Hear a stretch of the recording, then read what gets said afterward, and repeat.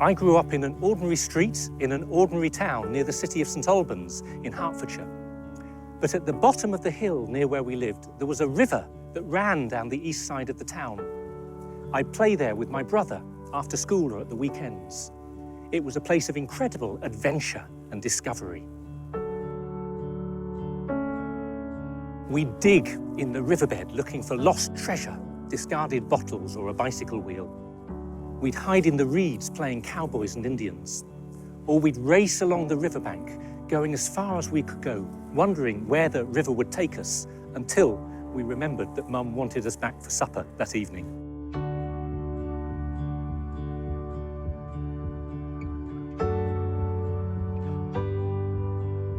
These were just children's games, but I think it says something about the human heart that's true for adults as much as children.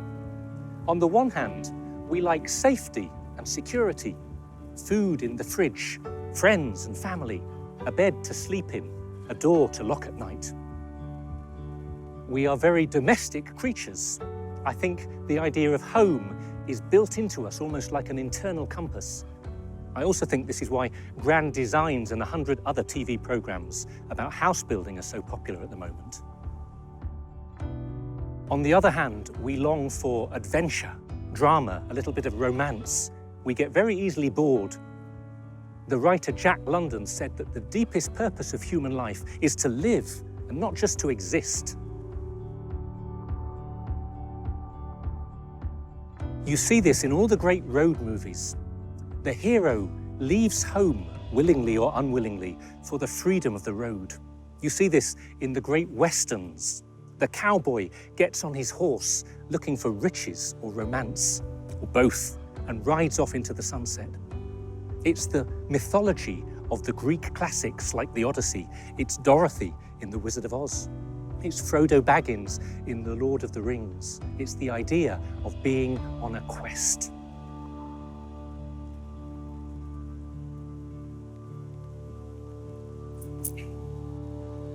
Let me tell you about my very first memory.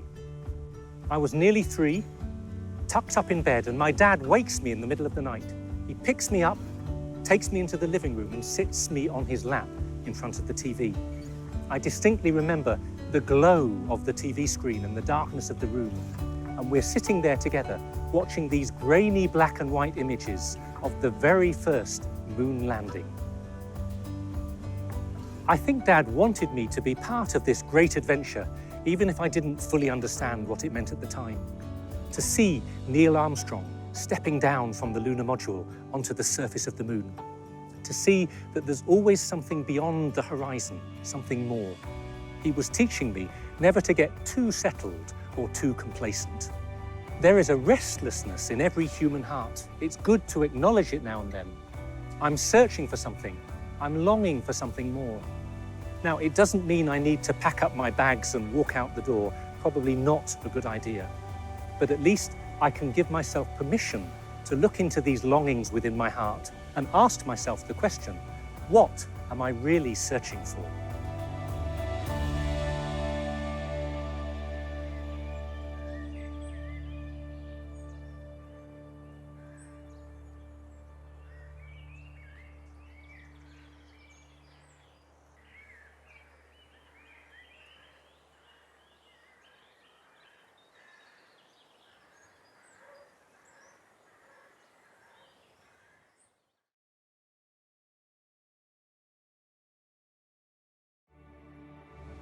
We used to play a lot of pretend, so we'd ride our bikes around, pretend like we were delivering pizzas or, running away from bad guys or something like that. Hide and seek. That was literally my favorite game as a child, hide and seek, and I was so good at it because literally I could stay put for like 1 hour and no one would figure out where I was. I enjoyed playing Barbies, so my sister and I would take our 2 dolls and make a whole house and just decorate it endlessly. Knockdown Ginger, 40-40 Home, just games where you're running around. When I was younger, I played Mahjong, so I would play at family events, and it was just a very tactical, strategic game, and I enjoyed the mind games. Hobbies, football. I was always into sports and athletics. With regards to games, I remember times playing your normal Monopoly, which we still do as today. But, even earlier than that, I can remember things like hopscotch in the school playgrounds. But and I don't know, it or kiss chase or whatever you'd like to call it. But yeah, I think that's about it.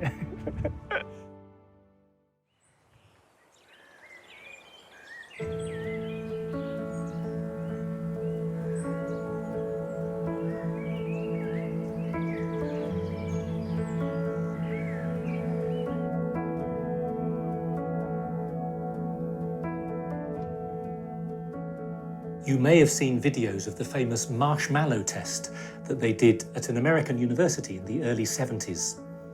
A child sits at a table with a single marshmallow in front of them, and the adult tells them that they have a choice.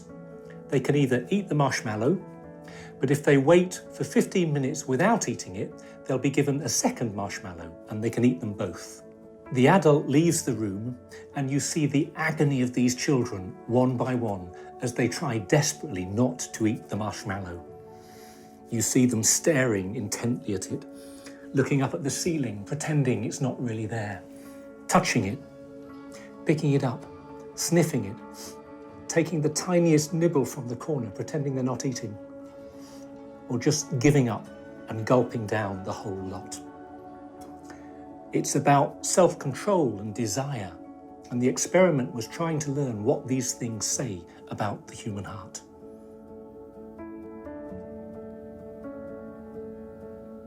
Sometimes desire is uncomplicated. We want food, friendship, freedom, love. We want the things right in front of us. We want the things that we don't have. If you've been fired, you want a new job. If you've lost your keys, you want to find them. If you're practicing for your driving test, you hope that you will pass the first time. But sometimes it's clear that we're searching for something more. The Greek philosopher Aristotle said that we're all searching for happiness, even if we can't agree on where to find it. Now that might sound a bit superficial. Go to Piccadilly Circus in central London and you see those huge digital adverts like giant TV screens.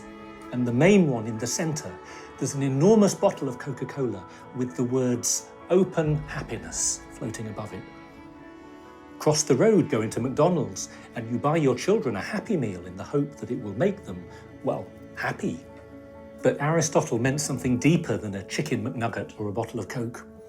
He believed that true happiness lies in a life that has meaning and purpose. It's to do with the way I live. It's to do with the person I am, and not just with the things I have.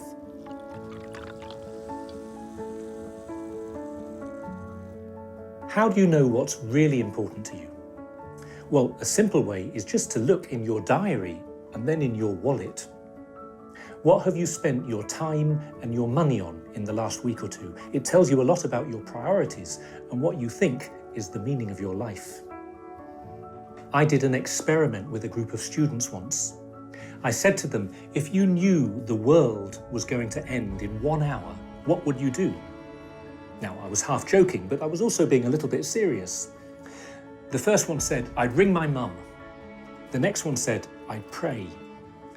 Another one, the cheeky one on the back row, said, I'd go to the pub and get smashed. And another one, obviously with James Bond fantasies, said, I'd steal a helicopter and fly into the sunset. What are we looking for? What is happiness? Well, I don't think there's a simple answer. And maybe if we try too hard looking for it, it'll just disappear. The writer Edith Wharton said, if we could only stop trying to be happy, maybe we could have a pretty good time. But imagine if you only had 1 hour left, or 1 week. What would you do? Who would you call? Where would you go? And when you get your answer, it's worth asking one more question. Is that it? Or is there something more?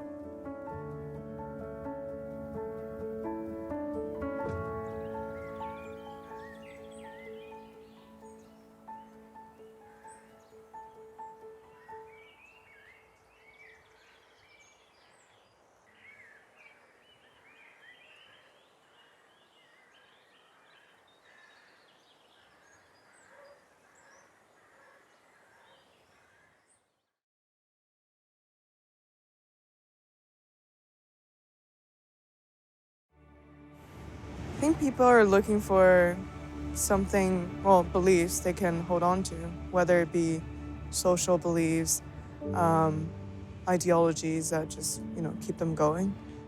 I think love and connection with other people. That's what I see. That people want to connect and give their love to something. Maybe more to give it than to receive it, actually. Love and happiness. And money, unfortunately. Unfortunately, it makes life a little bit easier when you've got the money. But yeah, I think at the end, when you're getting older, I think it's got to be love and happiness. So it might sound a bit cliche, but I think that people are looking for other people and for a lot of appreciation and someone who would listen to them and someone who would support them in what they're doing and someone who they could support as well. To be fulfilled by perhaps having enough money to live on comfortably, or by happiness, by being in a union with someone, being part of something bigger.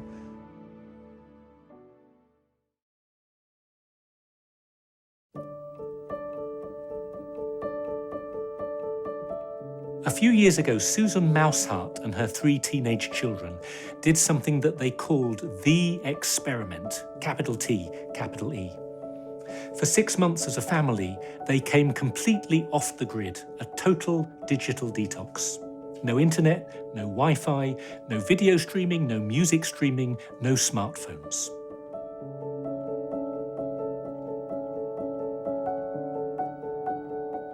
Normal life went on. They weren't living in a shack in the outback or somewhere, but it wasn't the normal they had known up to that point. You can read about it in her wonderful book, The Winter of Our Disconnect. Now, I wouldn't recommend this to everyone, and look, I love my smartphone. It's just the reality. But I think most of us would admit, most of the time, that we are too busy and too stressed and in need of some kind of detox. We're busy with work or studies. We're busy with family or relationships. And when we're not busy, we're desperately trying to be busy. If there's a gap or some downtime, we're trying to fill the silence with noise and digital distractions. In the UK, adult internet usage is 4 hours per day on average. It goes up to 5 hours for young adults, and in the United States, it's 6 hours per day. We expect instant gratification, an immediate answer from Google, an immediate delivery from Amazon. All 24 episodes of the latest series on Netflix for us to binge watch this weekend. It's like being on water skis. We're going incredibly fast, and maybe we're having a great time, but we have absolutely no control over where the speedboat is taking us.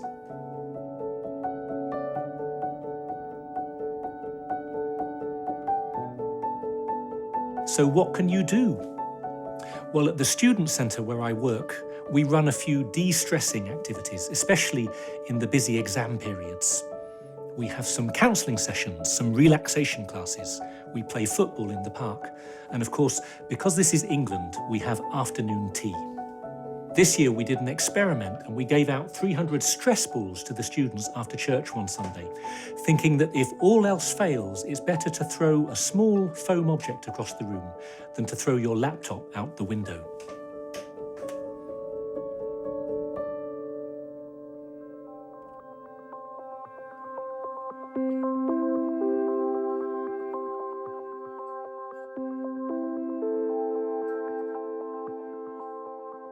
But people are searching for more than just rest and relaxation. There's a real hunger for stillness and silence, to step back from the rush of life and to make space for reflection. It's a human need. I'd even call it a spiritual need. Maybe this is why mindfulness is so popular today. And this is why so many cultures traditionally have had a day of Sabbath, a day of rest. Maybe this is coming back. I heard recently that a supermarket chain is experimenting with a quiet hour on Saturday mornings. They switched the music off. You can still do your shopping, but it's without the noise of the announcements and the music.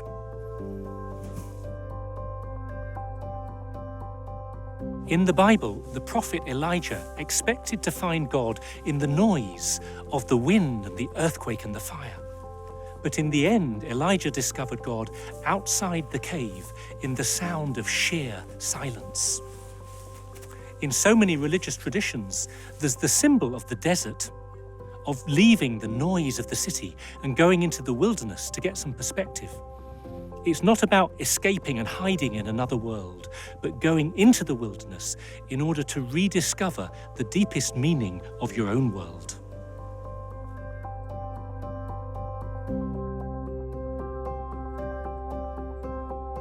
This is hard.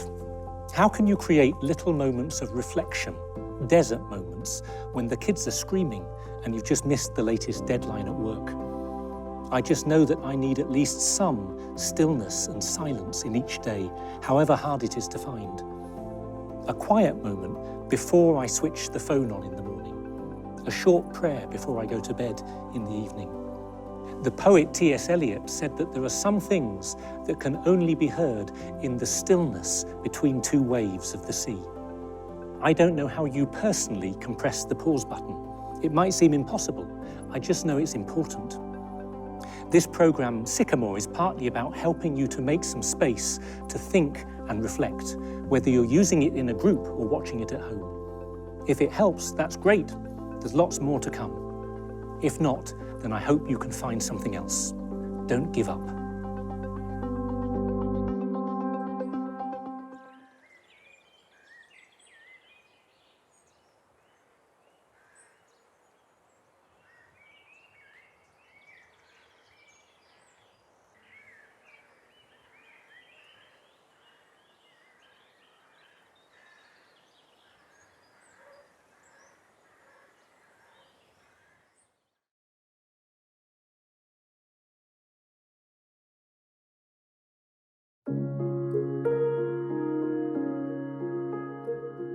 I don't read too much of the newspapers these days because it seems to be just so much bad news. And I feel like if I read all the papers, watch the news all the time, I feel depressed. So I think I can, and I think I'm less happy when I don't feel connected to other people, you know? And so talking about being a stay-at-home mum at the moment and, you know, feeling isolated or lonely, I think that can be a real struggle. And because I think happiness is one of those things where if you can find happiness, then even if you're going through a difficulty, if you've got people with you, if you feel supported, if you feel loved, you can go through a difficulty and still feel a sense of this is okay, you know? C.S. Lewis said something along the lines of the fact that while we live on earth, we will always have a longing, we'll always feel kind of restless and unsettled. So he said that that's an indication for us that we're made for heaven. And I've never met anyone on the earth who says they're fully happy with everything. So we're all kind of restless, I think. And St. Augustine, another kind of ancient saint, he said, "Our hearts are restless, Lord, until they rest in you." And I agree with that too. I think that there is a restlessness about us as human beings, but we can find a happiness, we can find a rest on earth to some degree, but ultimately in heaven, I think.